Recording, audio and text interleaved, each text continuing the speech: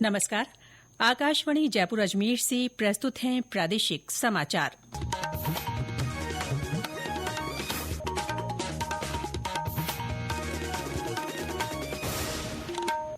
समाचारों के साथ मैं ऋतिका गुप्ता। प्रधानमंत्री नरेंद्र मोदी ने कहा है कि केंद्रीय मंत्रिमंडल द्वारा निर्यातकों के लिए ऋण गारंटी योजना की मंजूरी भारत को एक आत्मनिर्भर राष्ट्र बनने में मदद करेगी। श्री मोदी ने सोशल मीडिया पर एक पोस्ट में कैबिनेट के फैसलों की सराहना करते हुए ये बात कही। उन्होंने कहा कि इससे निर्यात संवर्धन मिशन ईपीएम निर्यात प्रतिस्पर्धा में सुधार करेगा। प्रधानमंत्री ने कहा कि महत्वपूर्ण खनिजों के लिए रॉयल्टी दरों को युक्ति संगत बनाने का केंद्रीय मंत्रिमंडल का निर्णय आपूर्ति श्रृंखलाओं को मजबूत करेगा और रोजगार के नए अवसर पैदा करेगा। सुप्रीम कोर्ट ने पंजाब और हरियाणा सरकारों को पराली जलाने पर रोक लगाने के लिए एक स्थिति रिपोर्ट दाखिल करने के निर्देश दिए हैं, जो राष्ट्रीय राजधानी क्षेत्र में वायु प्रदूषण के संकट में योगदान देता है। मुख्य न्यायाधीश BR गवई और न्यायमूर्ति के विनोद चंद्रन की पीठ ने राज्यों को रिपोर्ट दाखिल करने का निर्देश देते हुए कहा कि अगले सप्ताह राष्ट्रीय राजधानी क्षेत्र में वायु प्रदूषण के मुद्दे पर सुनवाई की जाएगी। प्रदेश में सुरक्षित और अनुशासित यातायात व्यवस्था के लिए सड़क सुरक्षा अभियान चलाया जा रहा है। यह अभियान 18 नवंबर तक चलेगा। इस अभियान के दौरान प्रदेश में विभिन्न गतिविधियों के माध्यम से वाहन चालकों को सुरक्षित ड्राइविंग के लिए जागरूक किया जा रहा है। साथ ही लोगों को भी समझाया जा रहा है। इसके अलावा यातायात नियमों का उल्लंघन करने पर राज्य में लगातार सख्त कार्रवाई की जा रही है। अभियान के तहत 11 नवंबर तक परिवहन विभाग ने 14,000 से अधिक वाहनों के चालान जब्त किए हैं। साथ ही यात्री वाहनों पर भी चालान किया गया है। विभाग ने 350 व्यक्तियों के ड्राइविंग लाइसेंस निरस्त किए हैं। इसके अलावा 79 वाहनों की रजिस्ट्रेशन रद्द किए गए हैं।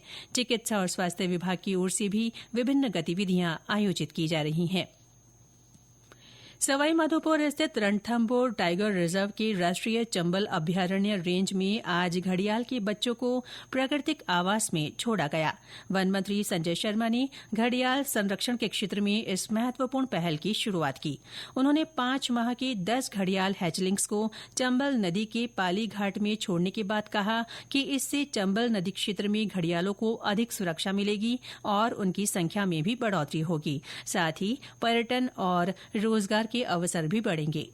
30 बच्चों को हम यहाँ से लेके गए थे, उनका संरक्षण किया। आज फौरी तौर पे 10 बच्चों को छोड़ा है। हर 5 दिन बाद 6 दिन बाद उनको छोड़ा जाएगा। साथ ही साथ इनकी निगरानी हेतु एक डिवाइस इनके शरीर पर लगाया गया है और उनकी एक एक घटना जो पानी के अंदर ये करेंगे या चलेंगे, किस क्षेत्र तक जाएंगे, उसकी पूरी जानकारी हमारे अधिकारियों के पास रहेगी। राजस्थान माध्यमिक शिक्षा बोर्ड की 10वीं और 12वीं बोर्ड परीक्षा शुल्क में बढ़ोतरी की गई है। शुल्क 250 रूपये तक बढ़ाया गया है, जो अगले सत्र से लागू होगा। बोर्ड की बैठक में ये फैसला लिया गया। इसके साथ ही अगले सत्र से बोर्ड परीक्षाओं में राष्ट्रीय शिक्षा नीति के प्रावधानों को शामिल किया जाएगा। साथ ही CBSE प्रश्न पत्र पैटर्न के आधार पर प्रश्न पत्र बनाए जाएंगे, लेकिन सभी विषयों में सत्रांक योजना यथावत रहेगी।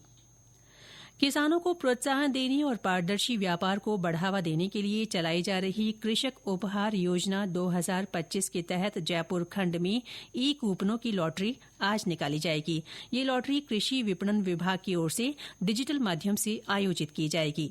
जयपुर कृषि उपज मंडी समिति के सचिव अमरचंद सैनी ने बताया कि इसमें जयपुर, दौसा और कोटपूतली बहरोड जिलों की कृषि उपज मंडी समितियों में ई नाम पोर्टल के माध्यम से कृषि उपज बेचने वाले किसानों को शामिल किया गया है।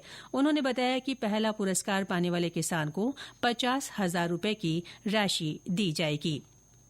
प्रदेश में न्यूनतम तापमान में गिरावट दर्ज की गई है। मौसम विभाग के अनुसार अधिकांश स्थानों पर रात का पारा 7 से 15 डिग्री सेल्सियस के बीच रहा, जो कि सामान्य से लगभग 1 से 2 डिग्री सेल्सियस कम है। सबसे कम 7 डिग्री सेल्सियस न्यूनतम तापमान सीकर के फतेहपुर में दर्ज किया गया। इसके साथ ही प्रादेशिक समाचार बुलेटिन समाप्त हुआ। हमारा अगला बुलेटिन शाम 6:30 बजे प्रसारित होगा। नमस्कार।